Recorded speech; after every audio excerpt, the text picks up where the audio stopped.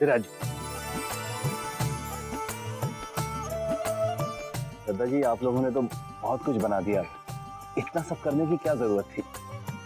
इसीलिए माँ ने कहा था कि बाजरे की रोटी पर सफेद मक्खन लगाना, बाबूजी को बहुत पसंद है। और तुझे भी तो गुड़ के साथ कितना खाया करती थी, जी याद है?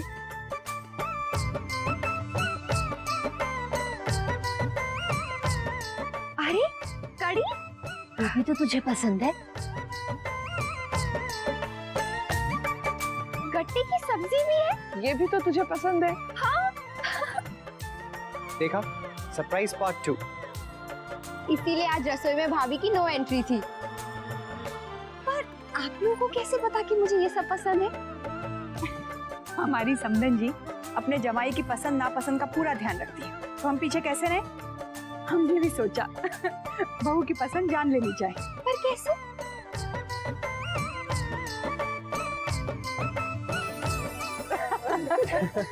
वो तो नैतिक भी इस साजिश में शामिल था।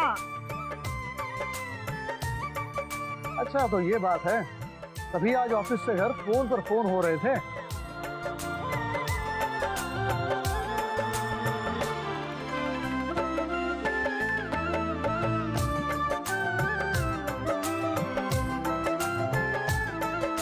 बहू मीठा लेकर आ, फ्रिज में रखा है।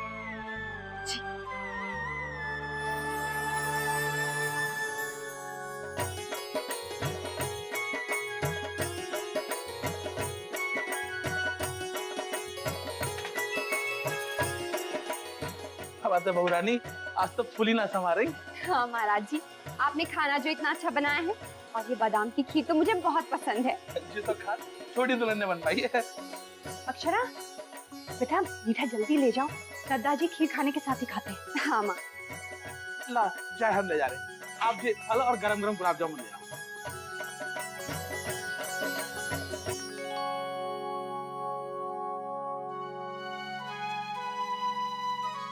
माँ,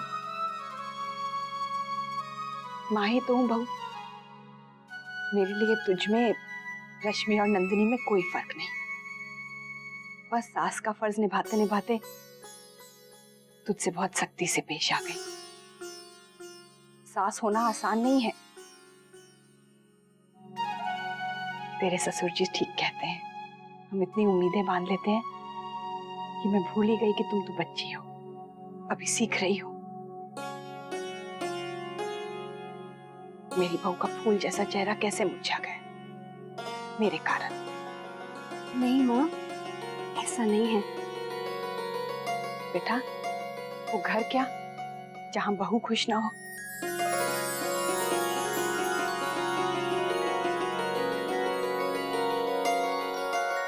आज तक एक भी खुशी नहीं मिली मुझे इनके साथ। रूखी सूखी गुजर गई है, हमेशा समझौते ही करती आ रही हूँ। तुझे अपनी बहन की चिंता है कि नहीं? जीजी, हमसे जितना बनता है उतना किया है हमने। रहने दो, बाबूजी के करोड़ों के कारोबार में मेरा भी हक बनता है, वही तो मांग रही हूँ। कब तक हक जमाएंगे जीजी?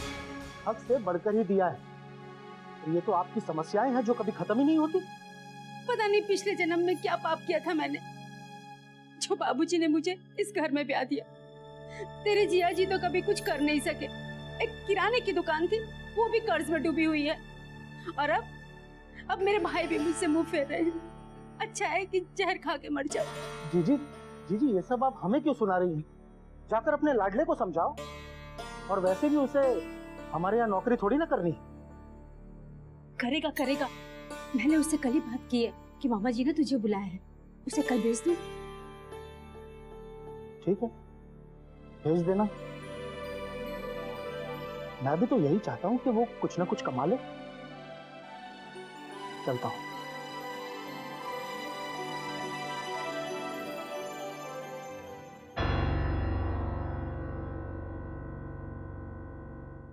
राधे कृष्ण मामा जी। इतना बड़ा हो गया बेटा, अब तो अपने घर को खुद संभाल। हमारे भरोसे तुम लोगों का ये सब कब तक चलेगा? हाँ,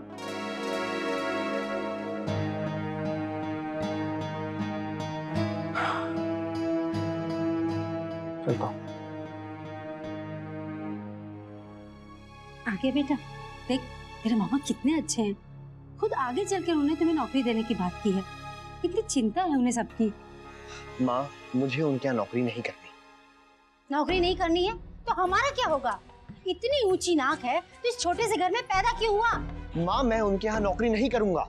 उन्होंने आज तक मेरे बाबूजी की कदर नहीं की, हमेशा अपने पैसों का रोब झाड़ा है। जिसके पास पैसा होता है ना, रौब झाड़ने की हिम्मत वो ही कर सकता है। माँ, मैं भूखा मर जाऊंगा लेकिन उनके यहाँ नौकरी नहीं करूंगा। और आप भी प्लीज कृपा करके ये सब एहसान लेने बंद करिए, बहुत हो गया। एहसान नहीं चाहिए तो पैसे लाकर दे दे कहीं से, सब बंद कर दूंगी। आप हर रिश्ते में पैसा क्यों ढूंढती हैं? क्योंकि भाग्य ने मेरा रिश्ता तेरे बाबूजी के साथ जोड़ दिया है। पता नहीं पिछले जन्म का कौन सा पाप है मेरा। और तू अपने उस दोस्त नैतिक की तरह भाग्य लेकर पैदा नहीं हुआ है। और अगर इतनी ही गाढ़ी दोस्ती है तो जाकर नौकरी नहीं मांगता उनसे। अब आप दोस्ती को भी पैसे से तोलेंगी क्या? आप इतना टेंशन ना ले, मैं सब संभाल लूंगा, सब कर लूंगा मैं। अपने पिता की तरह, हाँ सब कर लेना, कर चढ़ा लेना सर पे, और क्या। आइए।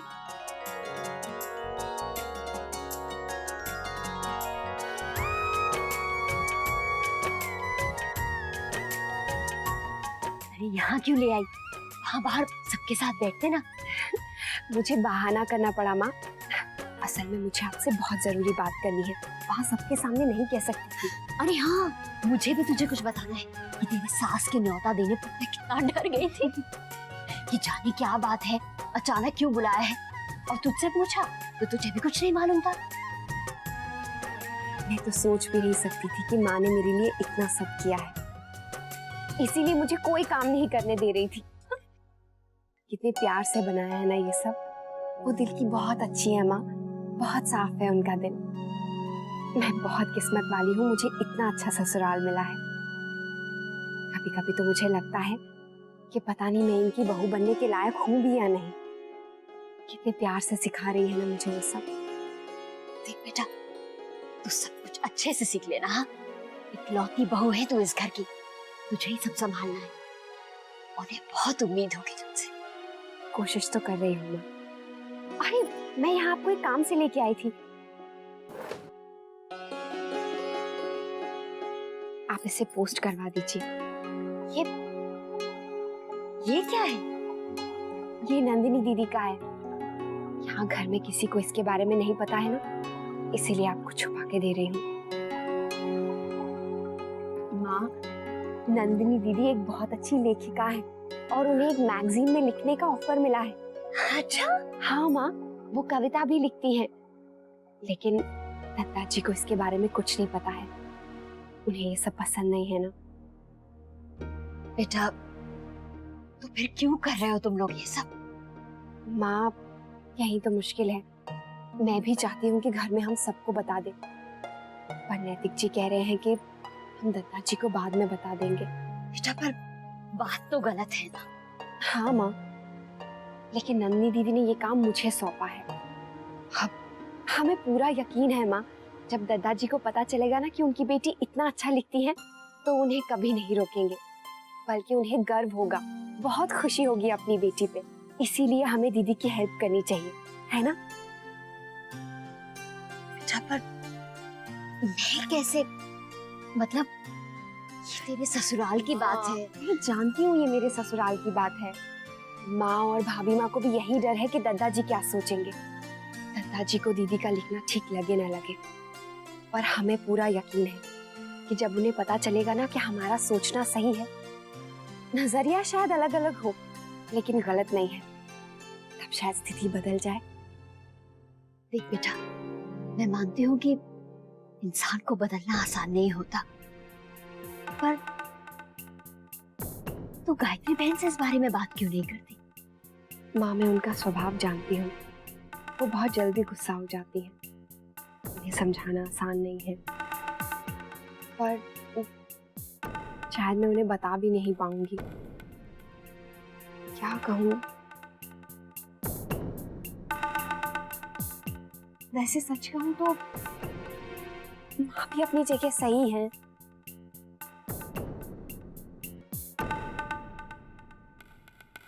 क्या बताऊं भाभी माँ,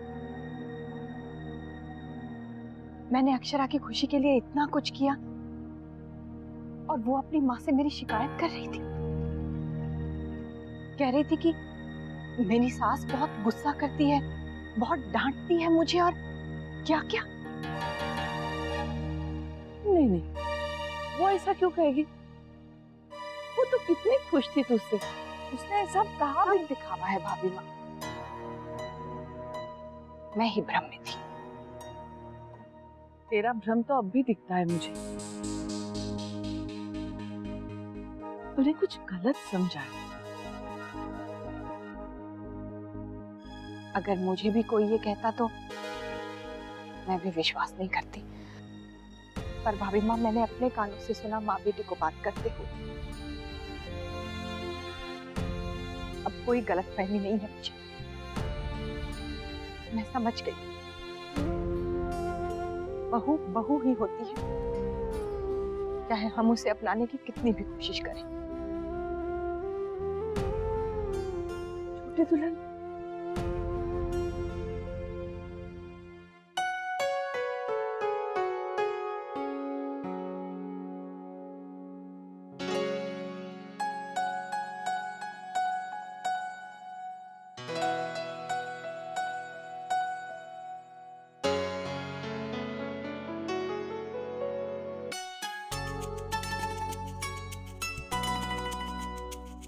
गुड मॉर्निंग।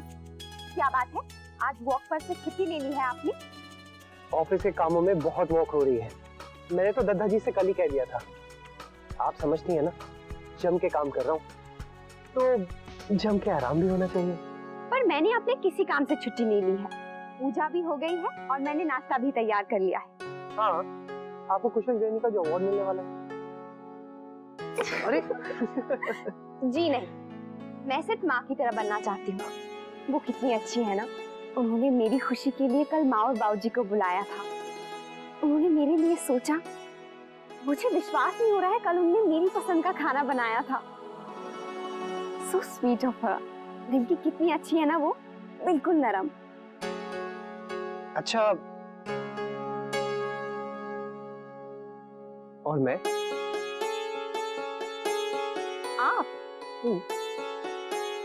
आप बहुत खराब हैं।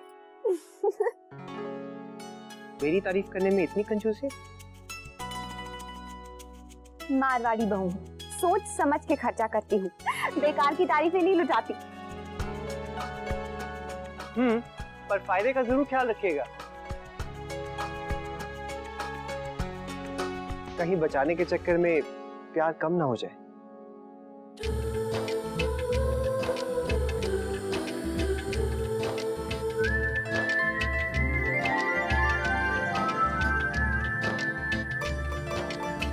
आपको खुश देखकर मेरी खुशी दुगनी हो जाती है। नैतिक, आपने मेरे और माँ के बीच में गलतफहमियां दूर करवा दी। अब भगवान करे हम हमेशा ऐसे ही रहे, माँ बेटी की तरह। तथास्तु।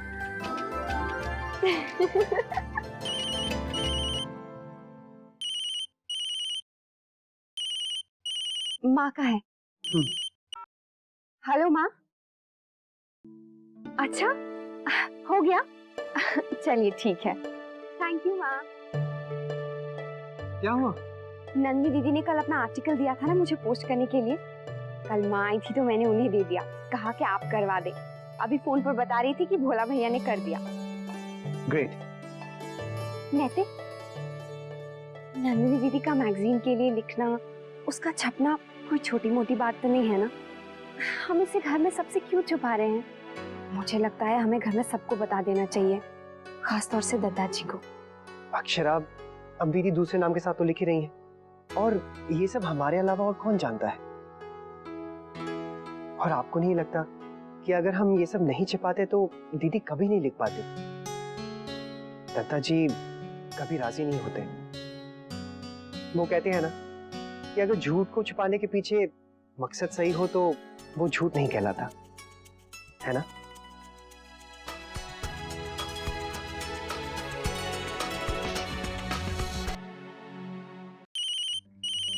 मोहित, मोहित,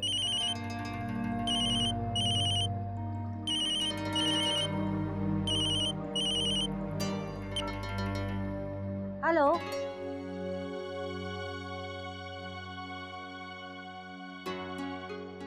हेलो, नमस्ते। मोहित, मोहित है? तुम कौन हो? हाँ आंटी, मैं नंदिनी, नैतिक की बहन। अच्छा, वो उसकी बड़ी बहन? जी। तुम्हें मोहित से क्या काम है? कोई काम नहीं था, बस ऐसे ही फोन किया था। कौन है माँ? किससे बात कर रही हो? लो, मोहित आ गया। हेलो?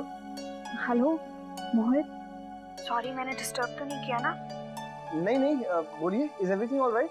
हाँ हाँ, कुछ खास नहीं। मैंने अपना पहला आर्टिकल भेज दिया है। तुम्हें पता है इसका पहला टॉपिक क्या है? अच्छा, दरअसल अभी मुझे कहीं जाना है, मुझे देर हो रही है, मैं आपको बाद में फोन करता हूँ।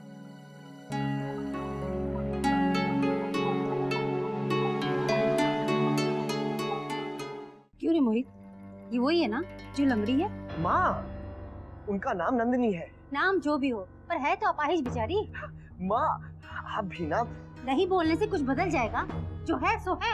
आप मेरे सामने मत कहिए, मेरे दोस्त की बहन है। हाँ, सारी फिक्र तो दोस्त की है तुम्हें। पहले वो नैतिक नैतिक, अब औरों की भी हो गई। परिवार तो कुछ है ही नहीं तुम्हारे लिए। हम सब गए भाड़ में।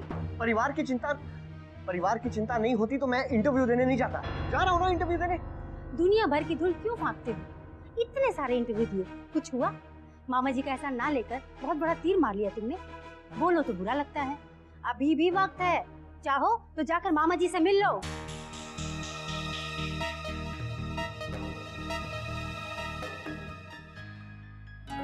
गुलाबो, तेरी सफाई नहीं हुई अब तक। दादाजी का कमरा भी साफ करना है। करते हैं छोटी माँ। और जाकर देख टिफिन तैयार हुए कि नहीं। देखते हैं। माँ, आपने जैसे कहा था मैंने टिफिन वैसे ही पैक कर दिया है। सूजी का हलवा भी रख दिया। तो हाईकमान हम चलें?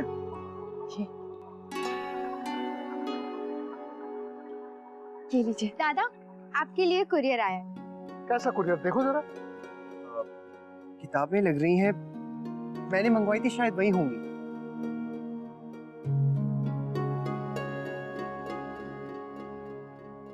हाँ बाबूजी, आजकल वैसे भी ज्वेलरी का कंपटीशन इतना कटथ्रोट हो गया है कि मुझे लगता है कि हमारे डिजाइन्स को और बेहतर और ट्रेंडी होना चाहिए।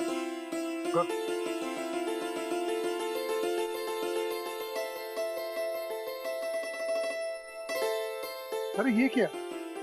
ये तो इंटीरियर डिजाइन की किताब है।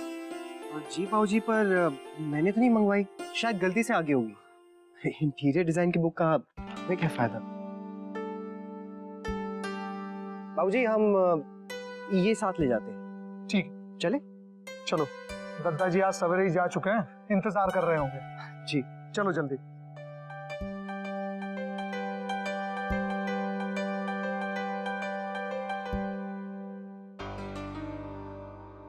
इंटीरियर डिजाइन की बुक। चलो देखते हैं। चलो।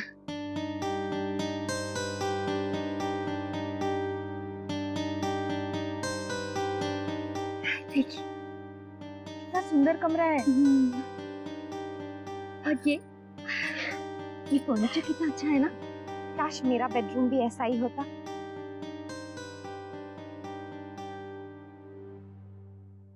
क्या हो रहा है? माँ, मैं भी अपना कमरा ऐसे ही बनवा लूं?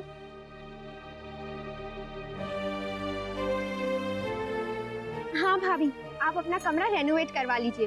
और वैसे भी दादा का कमरा अब तक बैचलर्स का अड्डा लगता है। ऐसे लगता है कि वो अब तक अकेले रहते हैं। क्यों माँ?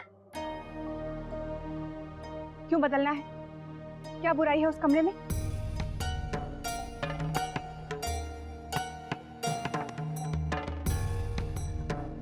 अक्षरा इस घर में जो जैसा है उसे वैसे ही रहने दो। किसी भी चीज को या किसी को भी बदलने के बारे में सोचो मत।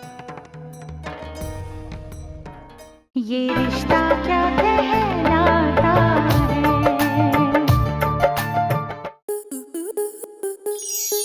आपके मनोरंजन पर अब नहीं लगेगा कोई ब्रेक। स्टार प्लस के बेहतरीन शोज देखने के लिए लाइक, शेयर और सब्सक्राइब करें स्टार प्लस यूट्यूब पेज को।